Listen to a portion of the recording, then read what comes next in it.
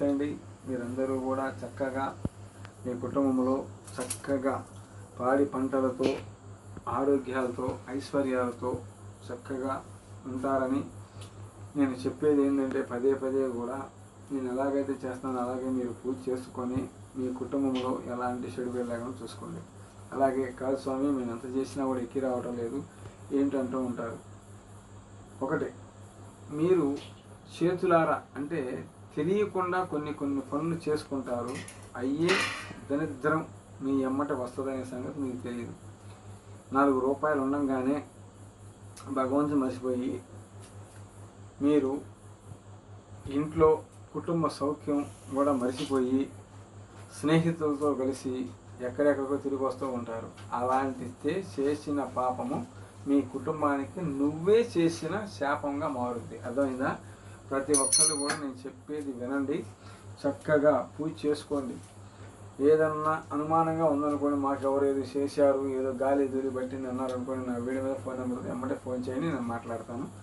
ఇలా చేసుకుని చెప్తాను.